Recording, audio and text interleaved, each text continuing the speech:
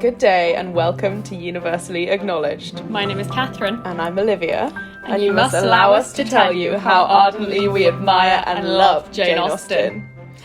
Very excited to start reading Northanger Abbey. Yeah, it's our first episode. I've never read Northanger Abbey. I would say it's probably my second favourite Jane Austen after Pride and Prejudice. This is big stuff. Yeah, we read Pride and Prejudice earlier this year. We did. And now. We did. Which was the inspiration for this podcast, actually, because we just had such a great time reading it to each other in lockdown. And here we are. We have read the first 4 chapters recently, but I think we're going to... Are we going to start again? Because I can't remember who anyone is. I don't know. I don't know what's going on. But we'll find out.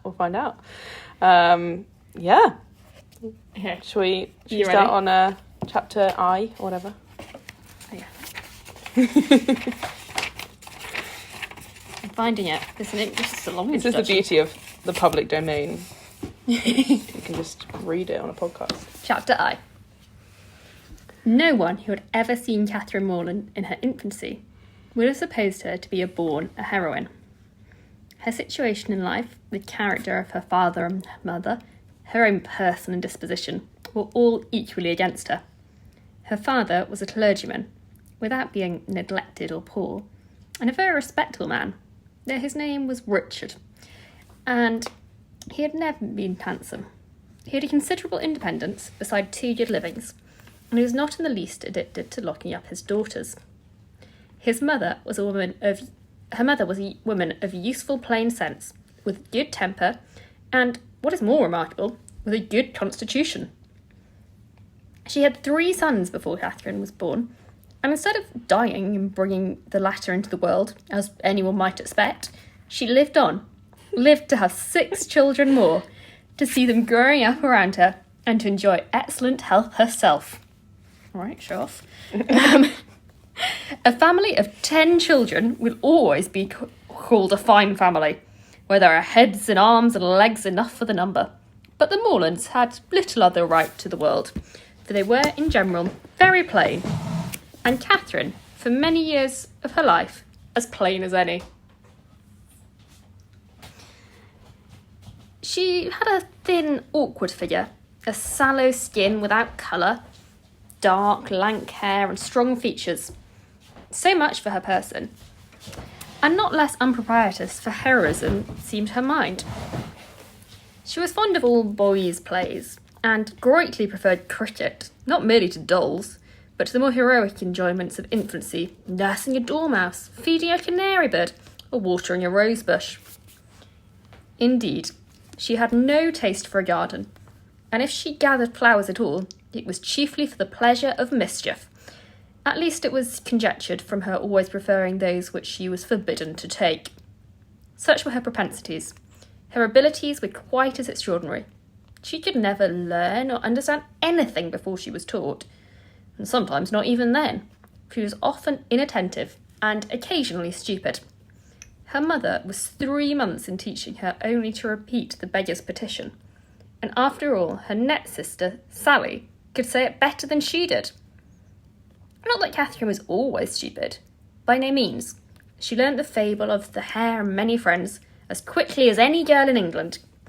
Her mother wished her to learn music, and Katherine was sure she should like it, for she was very fond of tinkling the keys of the old forlorn spinet.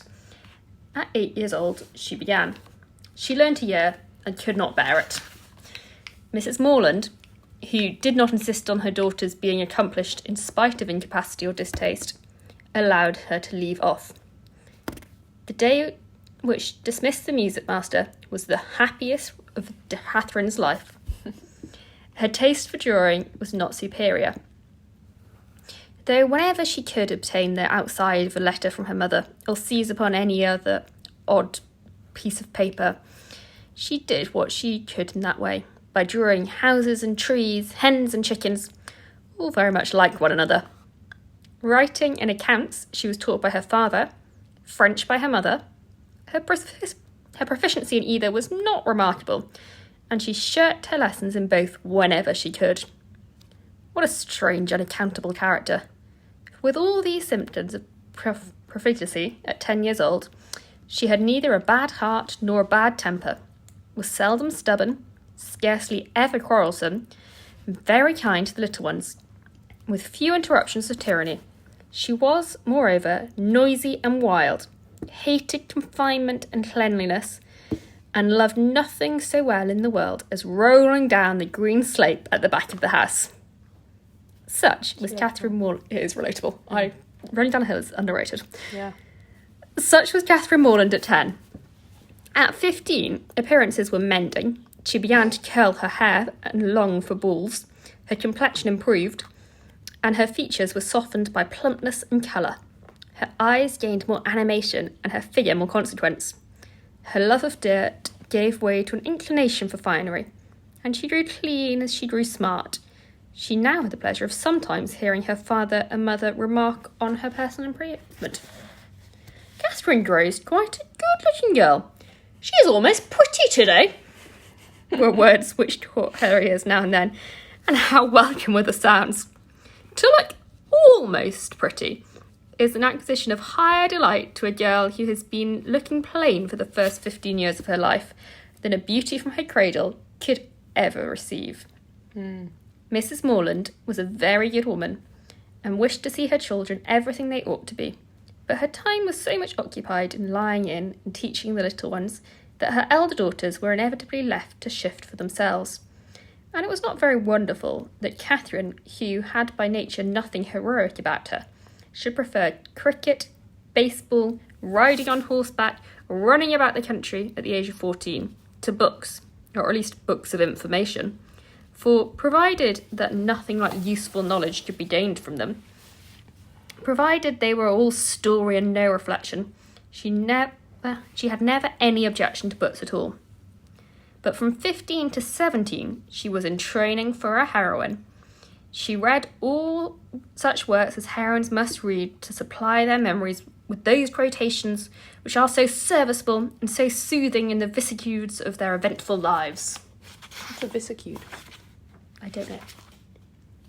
I think we might have to have like a words we don't know section. Okay. VICISS. I'll update you next Okay, great, thanks. next week. Whatever.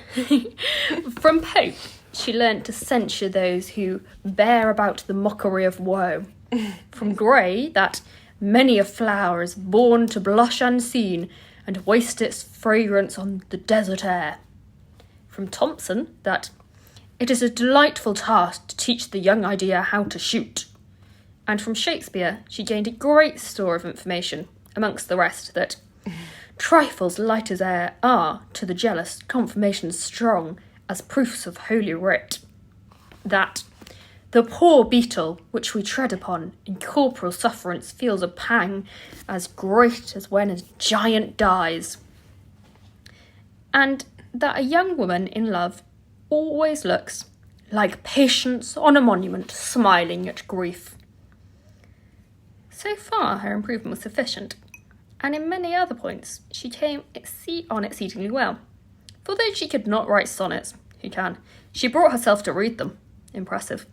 And though there seemed no chance of her throwing your whole party into raptures by preludes on the pianoforte of her own composition, she could listen to other people's performance with very little fatigue. Her greatest deficiency was in the pencil. She had no notion of drawing, not enough even to attempt a sketch of her lover's profile, that she might be detected in the design. There she fell miserably short of the true heroic height. At present she did not know her own poverty, for she had no lover to portray.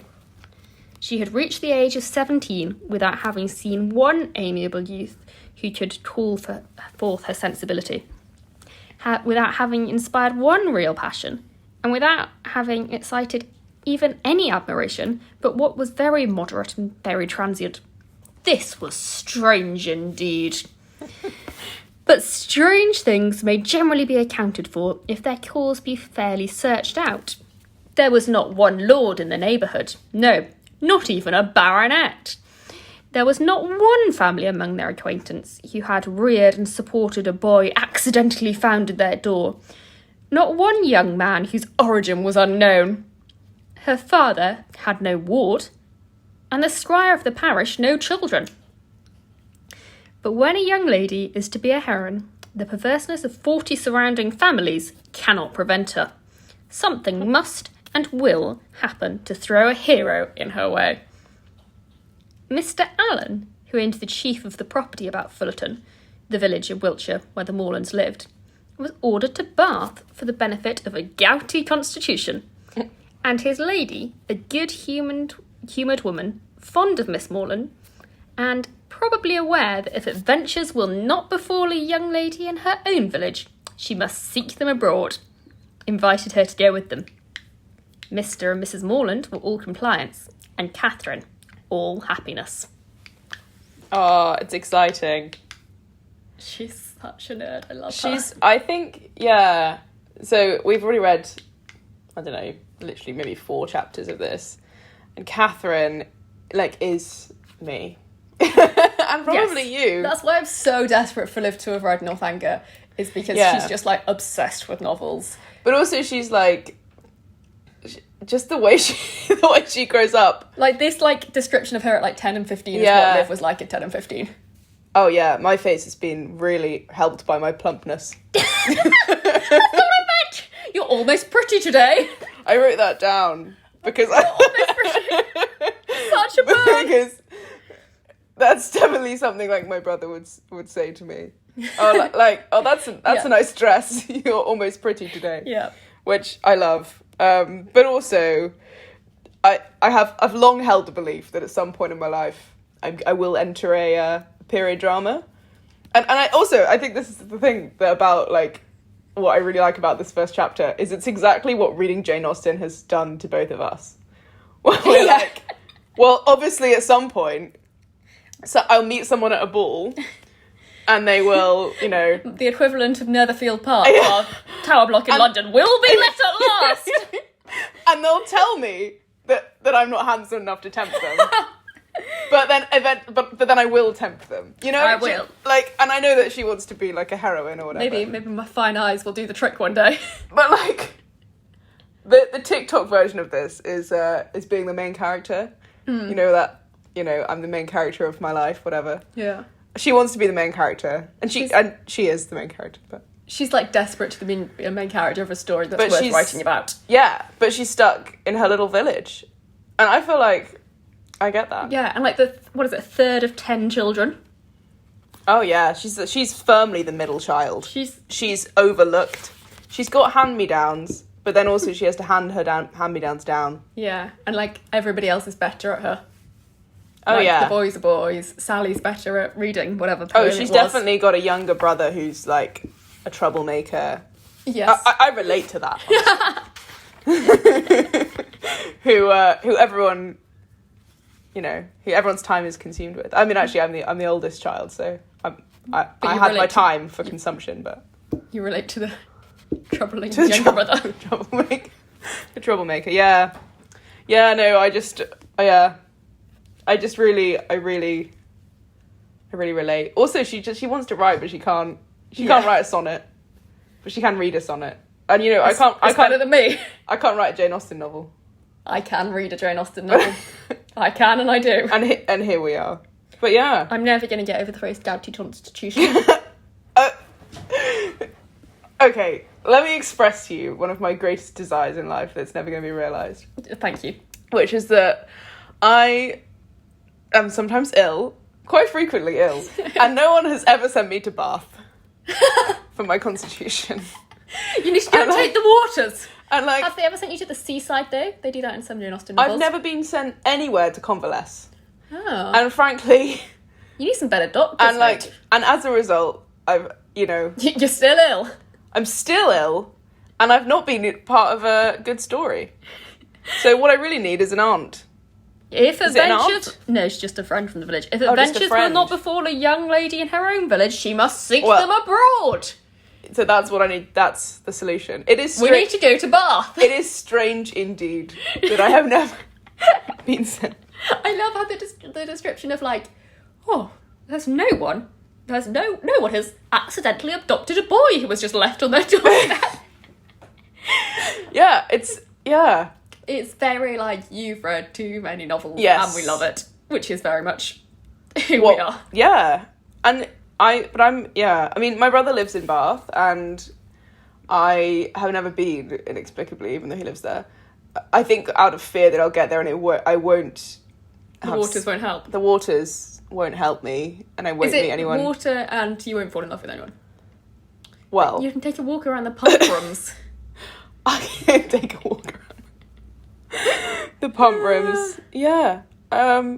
Also, okay, Yes. I just wrote a few things down that I thought were amusing. Yeah. Firstly, I didn't realise they had baseball in... So there was a, note. Let me find it. Because I was also surprised by the presence of baseball. Okay. Baseball. Oh, the Oxford English Dictionary cites this as the first printed reference to the game. Oh my gosh. I wonder... Baseball fans out there. Wild. I wonder, what it was. That is so exciting. We have not only discovered the opening of a Jane Austen novel, but also the origins of baseball. Which I think from now on I choose to believe was invented by Jane Austen.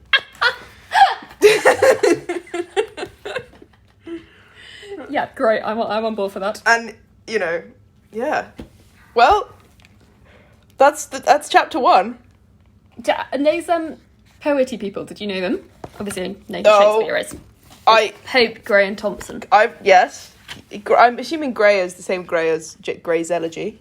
Thomas Gray. The lines often misquoted fragrance for sweetness. Oh, from his most famous poem, Elegy Written on a Country Courtyard. I wrote an essay on that last year, okay? Yeah.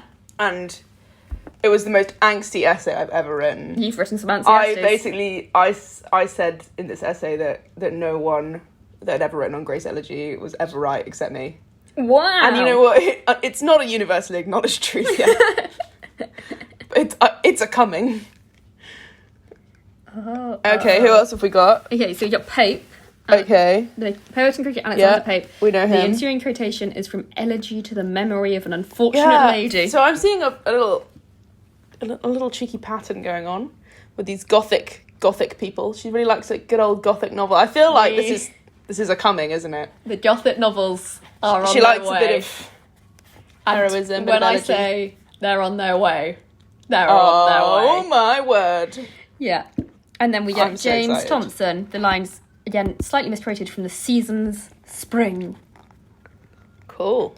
And Shakespeare from Othello, Measures, Measure and Twelfth Night. Oh, I didn't get the 12th night. What was that? Twelfth Night is like patience on a monument smiling at grief, is what a woman in love looks like, apparently. I don't know what that's from. Or maybe it's like Orsino's speech at the beginning. Who the heck knows? He knows. If my A-level English teacher is listening to this, which he's not, you should be proud of me. Okay, and then the Right Sonnets thing, it says that this is an accomplishment of Emily St. Aubert, the heroine of the Mysteries of Udolpho, which, hold on to your hats, will come up that's again. coming. At one point, she writes a sonnet on the improbable theme of the imagined death of an alpine traveller. Oh my gosh. That's what I think about every time I go skiing. That's what my anxious brain thinks about. I tried quite hard not to. Oh. Because I think about general anxiety disorder. Oh, okay.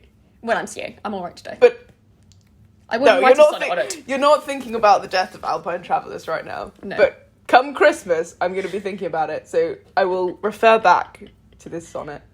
I'm excited. This is so great. I'm excited to so see... we're off to Bath. Yeah, that's our next... With the Allens. The Allens, okay. Yeah, Mr. and Mrs. Allen. I have a feeling that you may have to explain to me what's going on. That's okay. So Mr. Allen... I wrote down Kathryn Morland, and I spelled her name wrong, but... Well done. So Mr. Allen owns most of the village. Mr. Allen, okay. And Mrs. Allen is good friends with Katherine. Oh, okay. She's the same age, a bit older. They're probably older. Because I thought she's taking her on an adventure. Yeah. So, and he's got a gouty constitution. He's not going to be... Oh, he's going to be... Cool. Old in Jane Austen terms. Yeah, probably like 40. 35. Oh. That is elderly. Oh, calm down. And they don't have any children. So she's like taking Katherine under her wing. How exciting. If anyone out there would like to take me on an adventure, you can email us. universallypod@gmail.com. Yeah, that is our new email, as of about 15 minutes ago. Good times. Okay, well, we'll see what heroic heights we hit in the next chapter. I have a feeling it might not be the apex of heroism, but yeah.